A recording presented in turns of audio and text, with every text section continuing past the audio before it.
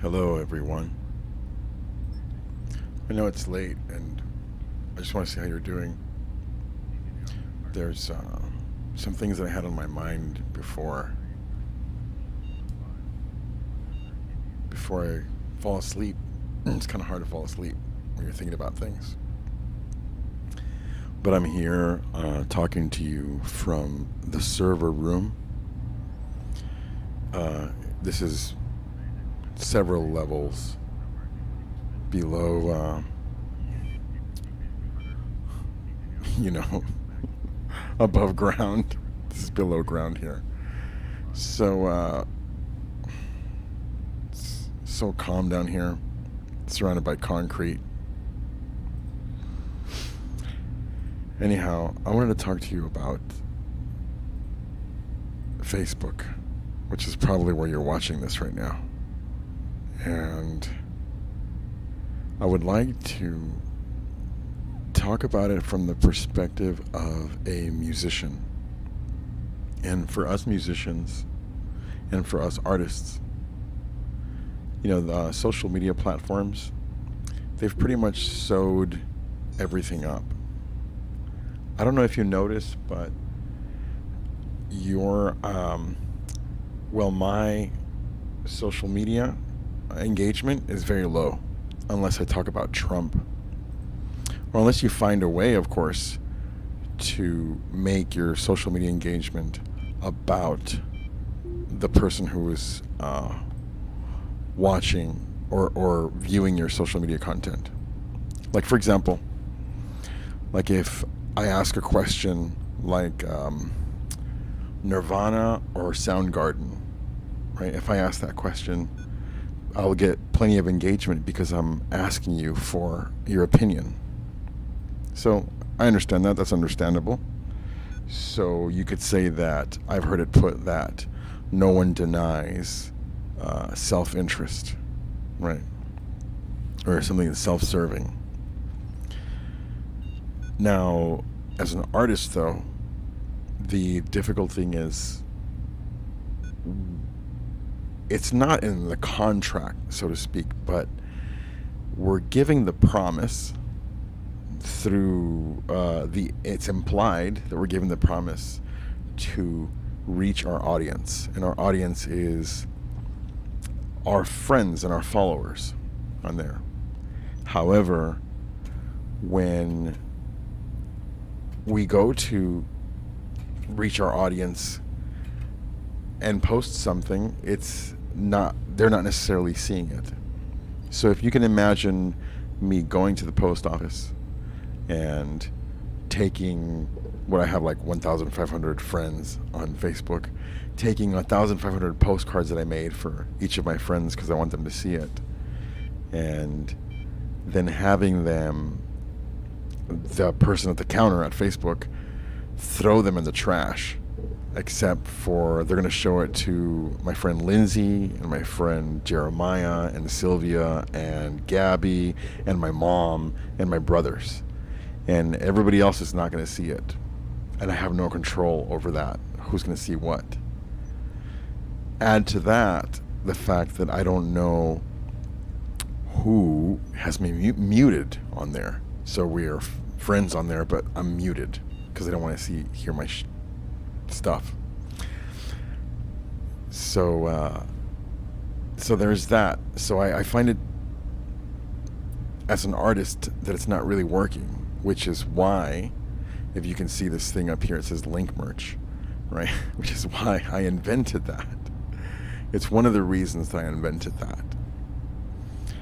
Now, what is that? Well, Link Merch is basically an artist revolution, is what it is. And it's running away from the machine. Like all of these corporations, Google and Facebook, can control you unless you're in their environment. But if you exit their environment, then they can't control you. They can't call up their Google Maps car and come after you because you're not posting on their platforms or you're not doing things through their platforms. So is that going to take over the world? No, it's not. It's not that kind of a thing. The same way that golf clubs are never going to take over the world, because not everybody's into golf and not everybody will be into golf. And I like to use golf clubs as an example because it's like $1 billion industry and I have no interest in it. Okay. So there's people who feel the same way about that. They have no interest in it. And there's people who are very interested in it. And the people who are interested in that are, well, once they understand it, there are definitely people also who want to change things and improve the world for artists and the arts. Anyhow, I won't talk too much more about Link merch. Over time, you'll get to know it as I talk more and more about it and you see more examples of it in use. Getting back to my point about social media, how if I take a box full of 1,000 postcards for my followers, one for each of them, and Facebook doesn't, the person at the counter decides to throw most of them in the trash, they're not going to send them to my followers. I find it to be a very cruel proposition, a very cruel situation to make someone believe that they have access to people, to eyeballs, and then not give them that. Because what you're doing there is you're wasting people's life, like the time in people's life that think they're investing it in one thing. Like if you were in a relationship with someone and they're telling you they're a certain person and then you find out that they're not, you feel very betrayed. Upon learning this, I don't understand how anybody would not feel betrayed. Now, it's tough because that's where everybody's at. Everybody's here in Facebook and whatnot. But I want you to think about that. I want you to think about what I'm saying, about what I'm pointing out here. So the way I can tell you this as a content creator and someone who looks at my statistics, when you have a page, like my Goliath Floors music page, you can view the statistics of who views your stuff and like how many people viewed it and for how long and etc. and how many views, like for example, this video might have. So the thing is, you're kind of being forced into, you're being pushed into paying to be seen. Because if I spend $10 on ads, all of a sudden like 800 people are seeing what I'm doing. And I've talked about this before, and that's fine, because like it's fine to talk about things over and over again because you're never talking about them from the same angle. And there's always a lot more, and I have to reach more people. And what was I just saying? So if I'm being pushed to pay to be seen, we can look at that like if I'm in a town square and you're in a town square and we're all in a town square, and this company has the power to make me invisible, but I don't even know that I'm invisible. I'm walking around you and everybody else, and it's selecting who can see me and who cannot based on an algorithm.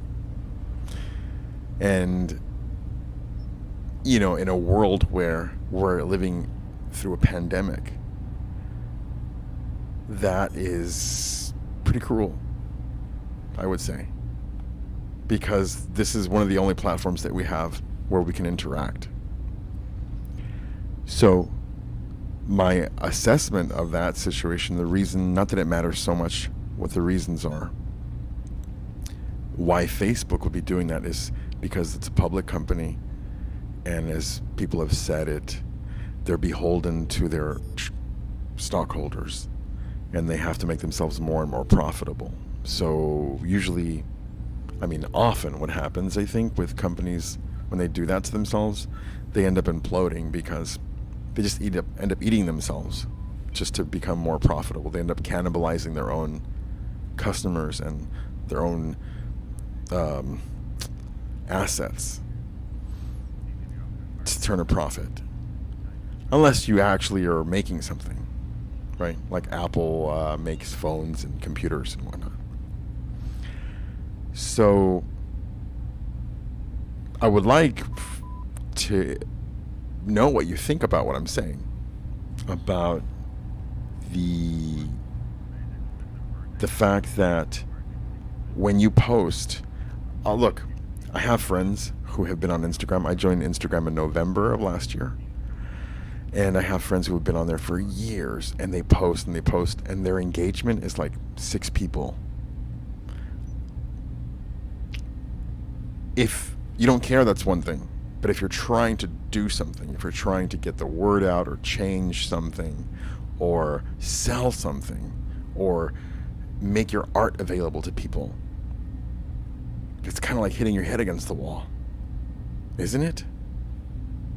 And then when it's not, you think about the time that it takes. If you were to time yourself, how much time you're spending looking at the Facebook logo, being on the website.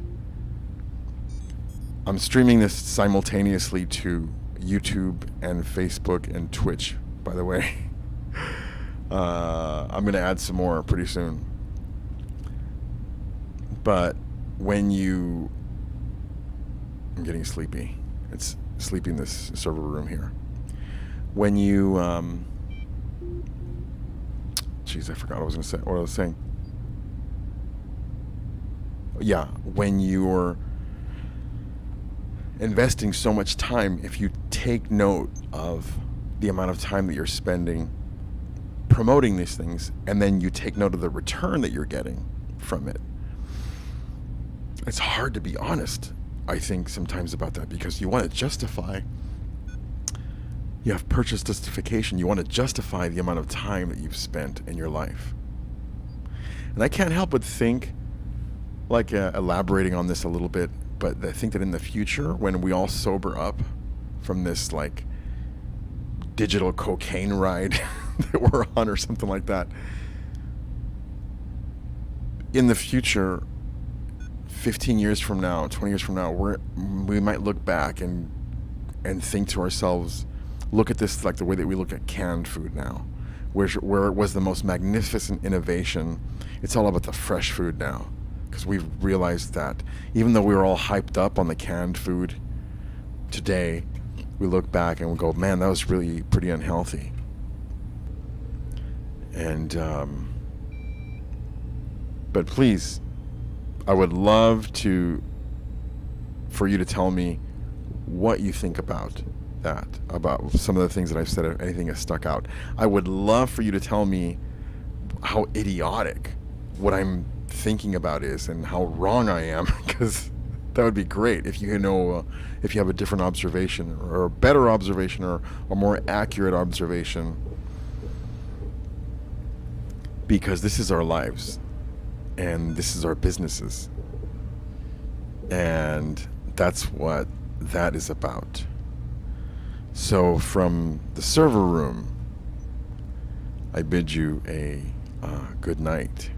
And I hope that I made sense and that it was coherent.